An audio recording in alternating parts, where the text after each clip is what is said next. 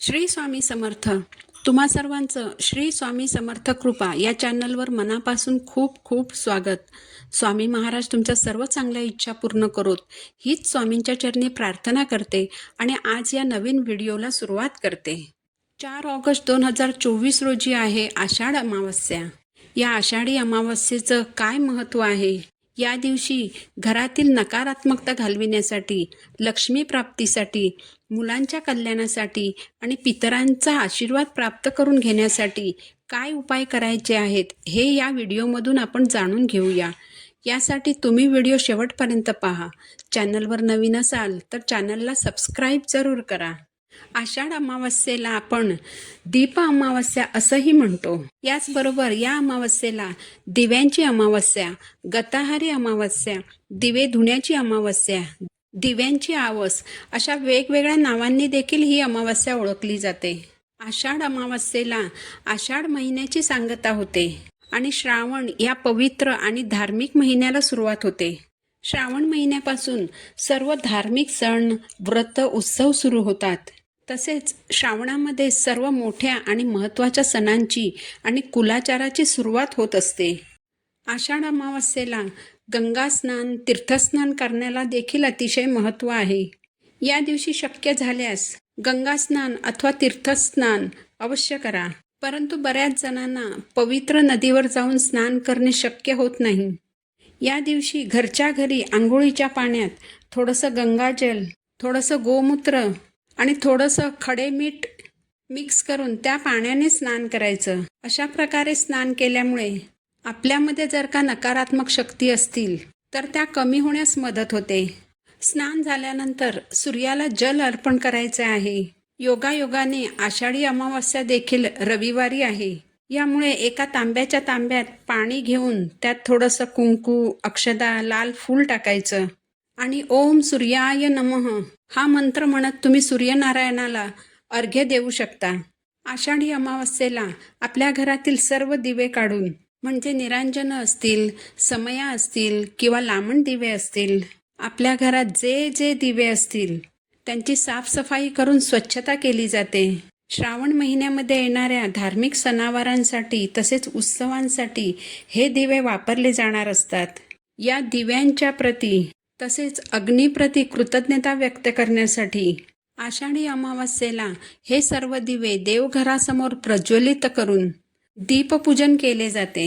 आषाढी अमावस्येला दीपपूजन करून एक प्रकारे श्रावण महिन्याचे स्वागतच केले जाते.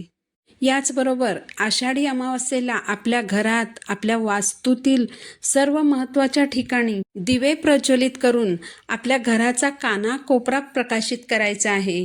यामुळे घरातील सर्व नकारात्मकता, अलक्ष्मी बाहेर जाईल आणि लक्ष्मी माता घरात प्रवेश करेल. या दिवशी आपल्या कुळाचा कुळदीपक म्हणून आपल्या घरातील मुलांचं औक्षण केलं जातं. तुमची मुलं मोठी असतील, अगदी लग्न झालेली असतील तरी त्यांचंही औक्षण करायचं आहे.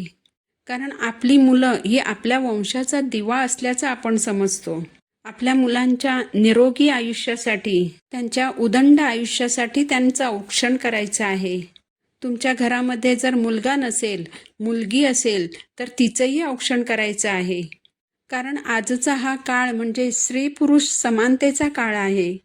आताच्या काळामध्ये मुलांमध्ये मुलगा मुलगी असा भेदभाव केला जात नाही. आपल्या मुलांचं औक्षण करत असताना रामरक्षा स्तोत्र जरूर म्हणा.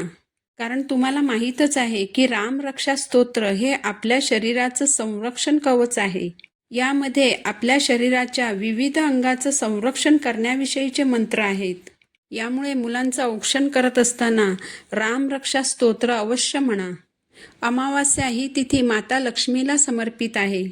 घरात पैसा येण्यासाठी, आर्थिक भरभराट होण्यासाठी, उद्योग व्यवसायात बरकत येण्यासाठी, पतीची प्रगती होण्यासाठी, माता लक्ष्मीची कृपा प्राप्त करून घेण्यासाठी आषाढ अमावस्येच्या दिवशी आपल्या घराच्या ईशान्य कोपऱ्यात किंवा देवघरासमोर बसून एक उपाय करायचा आहे.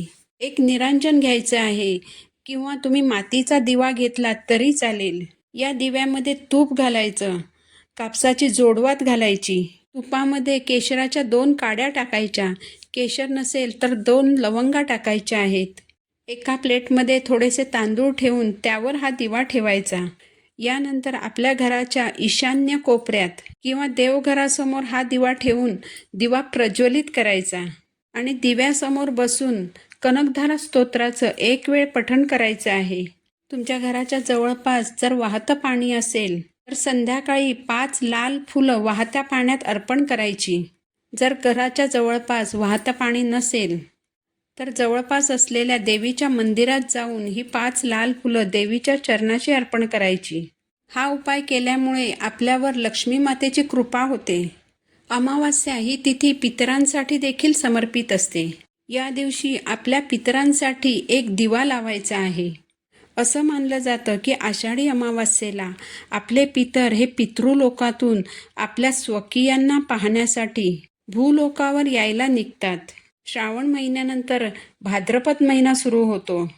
त्यानंतर येणाऱ्या पितृपक्षात आपण आपल्या पितरांसाठी जी पूजा करतो, त्यांची जी सेवा करतो, ती स्वीकारून आपले पितर सर्व पितरी अमावस्येला परत पितृलोकात जायला निघतात.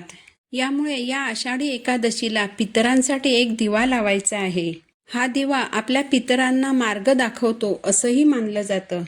आपल्या पितरांना प्रसन्न करण्यासाठी दक्षिण दिशेला एक दिवा लावायचा आहे. यासाठी तुम्ही कणकेचा एक दिवा बनवू शकता. यामध्ये मीठ, हळद, तेल असं काहीही टाकायचं नाही. या दिव्यामध्ये मोहरीचं तेल घालायचं. दिव्यामध्ये वात घालून हा दिवा दक्षिण दिशेला ठेवायचा आहे. दक्षिण दिशेकडे दिव्याची ज्योत करून दिवा प्रज्वलित करायचा. यानंतर आसन घेऊन दक्षिण दिशेकडे तोंड करून बसायचं किंवा उभं राहायचं. हात जोडून आपल्या पितरांचं स्मरण करायचं. तुम्ही पितृस्तुती किंवा पितृस्तोत्राचं पठण करू शकता.